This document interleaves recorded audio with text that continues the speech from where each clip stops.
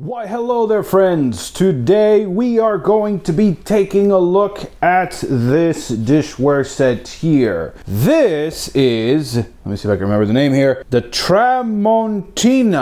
I'll put the picture somewhere around here so you can see the brand and the name. 12-piece set from Costco. It has been quite a while since I purchased this set. It has actually been more than 2 years. And back then, I remember that I definitely didn't pay more than $200 for it. I tried to go find the receipt, but I couldn't find it. But I did recently see it on Costco.com for about $240. And it has over 1,300 reviews talking about how good this dishware set is. Now it has 4.5 stars with all those 1,300 reviews, so I figured I would give you my own 2 cents based on my experience with these things. We're gonna keep this one short and sweet because it's dishware. It can't be that hard to review, right? So first let's talk about what you get when you purchase this set. You get 12 pieces. Now if you were to ask me personally, I have always found it kind of slick how these companies label the boxes. They say that it is 12 pieces, but the lids count as a piece. I guess that's pretty technical, right? Technicality wise, like, yeah, you get a piece here, but I always found them kind of slick. Now you do get 5 lids and the rest of them are just pots and pans. Now some of the lids are interchangeable. For example, you get 2 of these guys here, and this one will actually fit on the stock pot as well as on this pot right here. So they are technically the same thing. And this one over here, you can actually put on the smaller pan. However, this seems to be the only one that doesn't have a cover for it. Now this is the 10-inch pan, and there doesn't seem to be a cover for it anywhere that I can see. So you're gonna have to get pretty creative with how you're gonna cover this one. Now, first of all, let's talk about what I actually use these for. Well, clearly I use them for cooking, but as you can probably tell from this body, I absolutely love food and I love to cook. And I pretty much use these every single day. Now, I cook about 90% of what I eat, and that includes things like steak, pasta, enchiladas, any type of food you can think of. I usually like to cook it more than I would love to go out and get it. So I can say with 100% confidence that these things have been put through the ringer. First, let's talk about its stove performance. Let's go ahead and check it out. Okay, so here I am at the stove, and the one thing I want to comment on particularly is the bottom of this pan. Now, I'm going to say that the bottom of the pan looks pretty great for 2 years of abuse. Now, when I cook, I usually don't just leave the pan here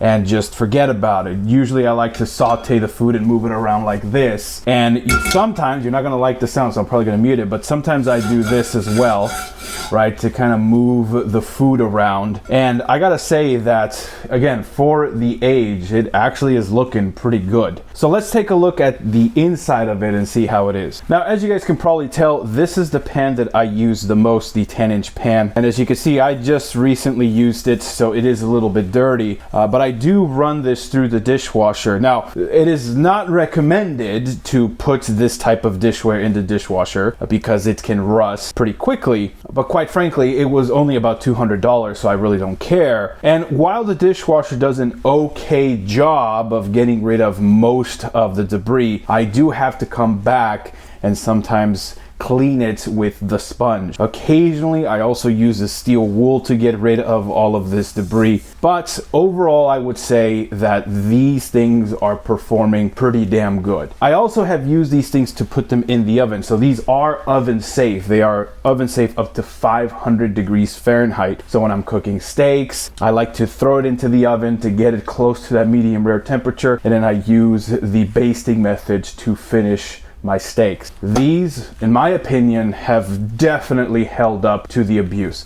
And for $200, I'm gonna say that these are pretty damn good. But I also use this in another way. Yes, I do have a stove, but occasionally I like to cheat a little bit with this next contraption. Now this right here is an induction cooktop. I got this on Amazon originally because I wanted to use this in my camper van, but quite frankly, I actually use it more often here in the house for two main reasons. Number one, it can boil things significantly faster. So when I'm making stock, chicken stock, beef stock, vegetable stock, I like to use this big boy that came with the set, and I put the chicken carcass in here, anything that you can think of that will make a good stock, and just let it boil. So that's one thing that I do want to also point out is all of these pans and pots work with induction. For example, I can go ahead and turn it on right now and set it over to slow cook. You can probably hear that kind of little noise, right? That magnetic sounding noise to let you know that this thing is ready to go. Now, if I put something that is not magnetic, or if I take it off, you will notice that this thing starts to complain. I use these on both. I use it on induction and I also use it on gas, and they have not let me down whatsoever. If you are of course into cooking, then you know that these require a little bit more special attention than say a non-stick pan or a cast iron. You can find countless videos out there that show you when you know that you are ready to put something on this pot or pan. Essentially, you have to make sure that it reaches the correct temperature before you put anything in it. If you do not, then it's gonna stick and it's gonna be very hectic to clean it up afterwards. So don't be afraid just because you are so used to non-stick. These actually are very good as long as you pay a little bit more attention to them. Anyway, I've shown you the 10-inch pan, and I want to show you the other one so you can see the wear and tear. But you can take a very close look here and see that for the most part, it actually isn't too bad. Now again, I just recently used this and I threw it in the dishwasher, but like I said, I sometimes have to come back and clean it afterwards. I haven't done that yet, but this one is actually not in bad shape. And here is the back of it, like I showed you. Again, very nice still. Let's take a look at the stock pot and see how that is. So here is the stock pot, and again, you can see the flat bottom there is also very nice. A little bit dirty, which again, I do have to clean that up a little bit. And the back is actually relatively shiny compared to the other ones, and it's because I primarily use this on the induction when I'm making stock. The handles are also very nice. They don't get hot if you have it over a stove top. So if you're cooking with the 10-inch one or say this one, you can still grab it. Now it's going to be slightly warm. I would still suggest you use oven mitts, at least for the stock pot. But for the 10-inch one or really any of the other ones that have handles, you can actually hold on to it as long as it isn't over a flame. Let me show you the other ones so you can get a good idea. All right, so this one is the deeper pan, if you want to call it that. And again, I also use this one quite a bit. This one is used for things like pasta, carbonara, anything you can think of that requires pasta. I usually use this for that. And again, the inside is still relatively nice. And if you look over here, you can see that the back is also relatively nice. Now, I try to use utensils that are not metal on these. I generally use wood utensils. Now, one thing that I do want to point out, and this is true for a lot of the pots and pans here from this brand, it actually has that tiny little notation there that tells you how many quarts of liquid you have. That's very nice, especially when you're doing things like stock. Now, it is also evident in the stock pot, so I feel like that's a nice little detail. Let me show you the other one. So this is the smaller stock pot. I don't know if that's the correct terminology. I use mainly this one for things like tomato sauces. So when I make my own tomato sauce from the garden, this is usually the one that boils the tomatoes. I usually strain it with this one,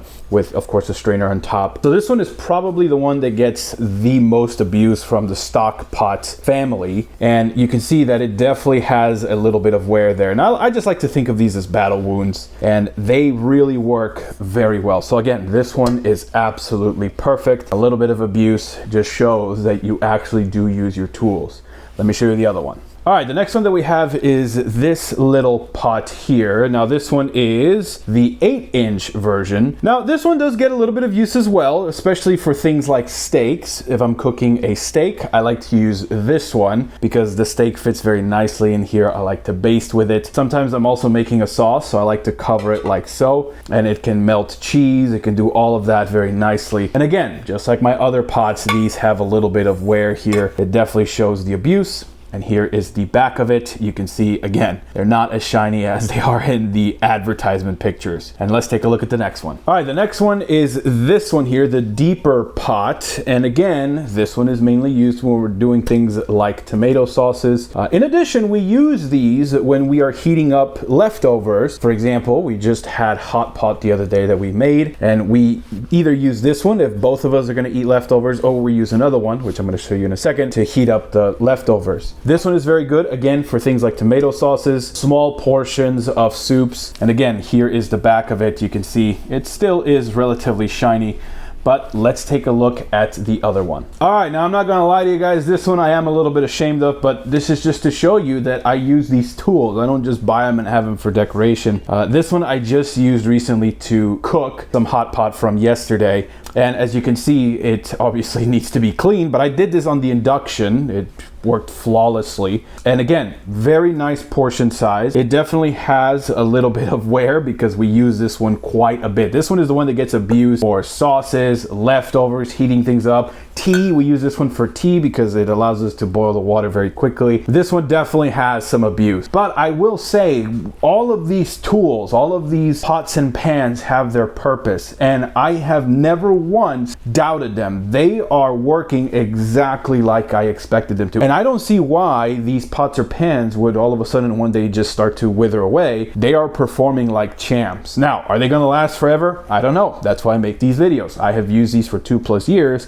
and they're still going strong. So time will tell if these pots and pans do actually live up to the hype. Now, one thing that I didn't show you, because quite frankly, I don't feel like it needs an introduction or really a representation, is the lids. And the lids are just lids. I haven't abused them too much because I don't bang them around. I don't throw them across the room, right, as Frisbees. I just use these as they're meant to be used. I use them to cover things. I take it off. I don't like to abuse a lot of my equipment. And as you can see, these are still relatively shiny. Now, one thing I do want to point out that I do appreciate is the handles are actually not installed via screws, which is very nice. So that way they don't become unthreaded, and then next thing you know, you're dealing with having to screw this on every single time. I have had some pots that have that, and it is a little annoying. All right, so you have seen my review, and what is the consensus? The consensus is if you can get these for $200, I would say they are absolutely 100% worth it. They have not let me down at all. Now, let me be honest. This is applicable to you if you love to cook a lot. If you make your own stock, if you make your own sauces, you make some steaks on the side, you do all this other nice cooking, then yes, these are 100% worth it. However, if you only cook occasionally, if you eat out more than you cook, this is not going to be for you, because remember, this requires more attention. This requires more attention to detail than, say, a non-stick pan. It's going to require more skill, and once you nail that skill down, it's honestly not that hard. But if you only cook once in a while, I would just skip this entirely. You know, maybe grab one or two from, say, Marshall's or whatever, in case you're making things like stock. I would suggest you stay away from it if you don't cook too often. Anyway, that is my 2-year review on these pots and pans. If you have any questions or concerns, please feel free to leave them down below. If you want to comment how disgusting my pans were, then go for it. But with that being said, I hope you guys enjoy and take care. Bye-bye.